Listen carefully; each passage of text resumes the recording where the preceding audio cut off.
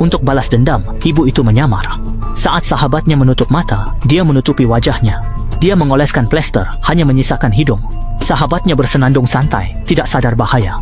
Wanita itu mengambil plastik pembungkus dan meletakkannya di wastafel. Dia membuka keran, mengisi setengah ember, lalu menuangkan sisa bubuk plester dan mencampurnya. Dia bilang itu masker tangan gratis. Temannya senang dan mengulurkan tangan. Wanita itu menekan tangan temannya ke masker, lalu membungkusnya dengan plastik. Dia tiba-tiba mempercepat gerakannya, kemudian duduk di atas temannya. Dia menuangkan sisa bubuk plester ke hidung temannya. Temannya kesulitan bernapas dan panik. Wanita itu menahannya erat-erat. Tidak bisa. Wanita itu mencekik leher sahabatnya. Ahli kecantikan asli di luar mendengar suara itu.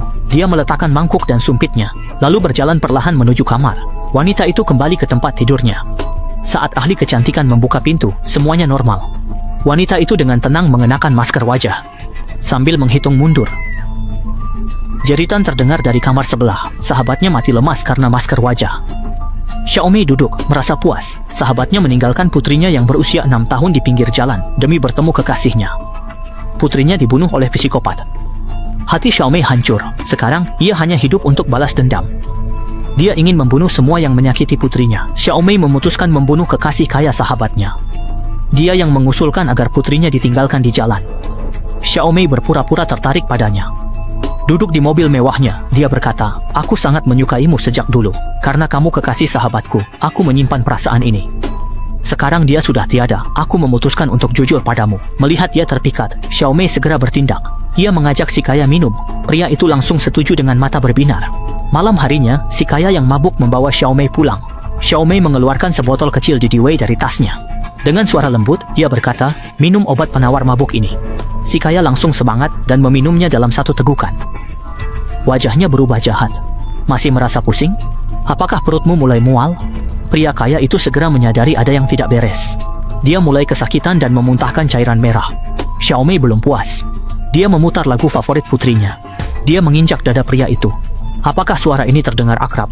Mengapa kalian meninggalkan putriku di jalan? Kenapa menaruhnya di pinggir jalan? Kalau tidak bisa, lebih baik mati." Melihat pria kaya itu mati, Xiaomei tersenyum puas. Namun, dendamnya belum selesai. Dia masih harus membunuh semua yang menyakiti putrinya. Dia berencana membunuh guru TK putrinya. Di kamar mandi, dia melihat guru itu memarahi seorang siswi, menghinanya dengan kata-kata kasar. Gadis itu tak bisa mengangkat kepalanya. Xiaomei berdiri tenang mengamati. Guru itu belum puas. Dia menyeret gadis itu ke toilet, menutup pintu dan memukulinya. Gadis itu gemetar ketakutan. Xiaomei tak tahan lagi. Dia melihat bayangan putrinya. Putrinya juga pernah dipukuli. Xiaomei menyesal biarkan sahabatnya menjemput. Itu sebabkan tragedi. Semakin lama Xiaomei memikirkannya, semakin marah dia. Saat guru itu sendirian di kamar mandi, Xiaomei membersihkan wajah gadis kecil itu dan berpesan, "Jangan bersuara." Setelah mengantarkan gadis itu keluar, Xiaomei menggantungkan tanda dilarang masuk di pintu. Dia menerobos masuk ke kamar mandi dan menikam guru itu berkali-kali hingga tewas. Xiaomei menemukan sopir taksi yang meninggalkan putrinya. Dia memesan taksi tengah malam. Saat naik, dia memutar kaset lagu gadis kecil. Sopir memuji suaranya. Xiaomei tersenyum aneh. Dia bertanya, "Ingat gadis kecil 6 tahun yang lucu? Dia kekurangan 2 yuan dan kamu mengusirnya. Jika kamu mengantarnya pulang, putriku tidak akan diculik dan mati tragis." Sopir ketakutan dan turun. Dia mencoba mengusir Xiaomei, tapi Xiaomei sudah siap. Dia menggunakan alat kejut listrik. Sopir langsung pingsan. Xiaomei benci masyarakat yang dingin. Dia mengurung sopir di mobil. Kepala sopir ditutupi plastik. Mobil di tepi tangga. Xiaomei mendorong mobil itu. Mobil terguling menuruni tangga. Sopir tewas seketika. Xiaomei mencari preman itu. Preman yang membuatnya terlambat menjemput putrinya. Preman itu bersalah saat kecelakaan, tapi dia mengelak. Xiaomei dikuasai kebencian. Dia siap melakukan apa saja untuk balas dendam. Xiaomei menyamar dan mendekati pria gemuk itu. Melihat wanita lemah, mereka tak tahan bicara lebih lama. Malam itu, dia menunggu si gemuk. Dia berpura-pura bertemu dan naik mobilnya.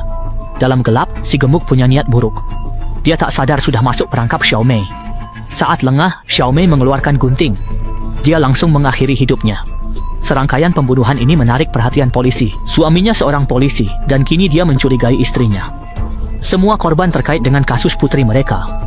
Namun Xiaomei sudah sangat dikuasai dendam. Target berikutnya adalah pengacara yang membela pelaku. Demi uang, pengacara ini membiarkan pembunuh putrinya berpura-pura gila. Karena dia, pelaku ini masih hidup nyaman di rumah sakit jiwa. Sebagai seorang ibu, dia tidak bisa menahannya. Dia datang ke rumah pengacara dengan alasan banding. Saat lengah, dia memukulnya hingga pingsan. Namun, Xiao Mei tidak langsung membunuhnya. Dia memasukkan musuhnya ke dalam kotak kardus. Dia ingin menyimpan nyawa pria itu untuk rencana lain. Dengan hati-hati, dia mendorong kotak itu ke dalam lift. Di dalam, pria itu terbangun. Dia mencoba meminta bantuan. Xiao Mei menendang kotak itu dengan keras. Dia marah sekali. Di tempat parkir, dia membuka kotak dan mendorongnya. Pria itu menabrak dinding dengan kepala di bawah. Sekarang dia pasti sudah jera. Xiao Mei memasukkan pria itu ke dalam mobil. Lalu, dia menelepon suaminya yang polisi. Dengan tenang, dia menjelaskan rencananya. Semua pembunuhan itu aku yang lakukan. Demi putri kita, aku rela mengorbankan segalanya. Tidak seperti kamu yang tidak bisa melepaskan identitas polismu. Oh ya, mau selamatkan pengacara ini? Datanglah ke tempat pembuangan sampah. Jika terlambat, dia akan mati. Itulah tempat jasad putri kita dibuang. Anehnya, wartawan juga datang.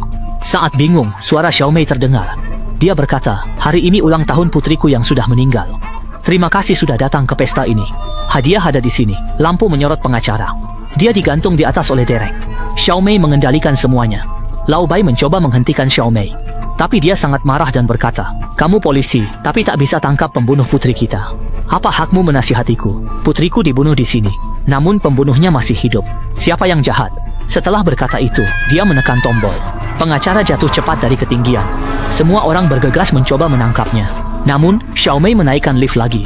Dia menikmati jeritan pengacara itu. Xiao Mei menikmati menyiksa pengacara.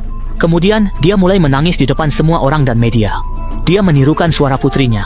Ayah, aku takut tidak bisa menemukan ibu. Aku sangat takut. Mendengar ini, Lao Bai hampir menangis. Dia tahu penderitaan Xiao Mei. Untuk menenangkannya, Lao Bai berpura-pura Xiao Mei adalah putrinya. Ayah di sini, jangan takut. Mereka melemparkan granat. Xiao Mei tertangkap. Dia ingin membunuh pengacara. Polisi mematikan saklar. Pengacara diselamatkan. Tak ada yang tahu itu rencananya. Di mobil polisi, Xiao Mei bertingkah gila. Dia terus memanggil nama putrinya. Semua orang berpikir dia gila. Opini media memperkuatnya. Polisi menempatkan Xiao Mei di rumah sakit jiwa. Pihak berwenang menempatkan Xiao Mei di rumah sakit jiwa sebelum hukuman. Dia akan dirawat selama 6 bulan. Di sana, Xiao Mei menemukan pembunuh putrinya. Dia mendekati dari belakang dan mengucapkan selamat tinggal. Lalu menggorok lehernya.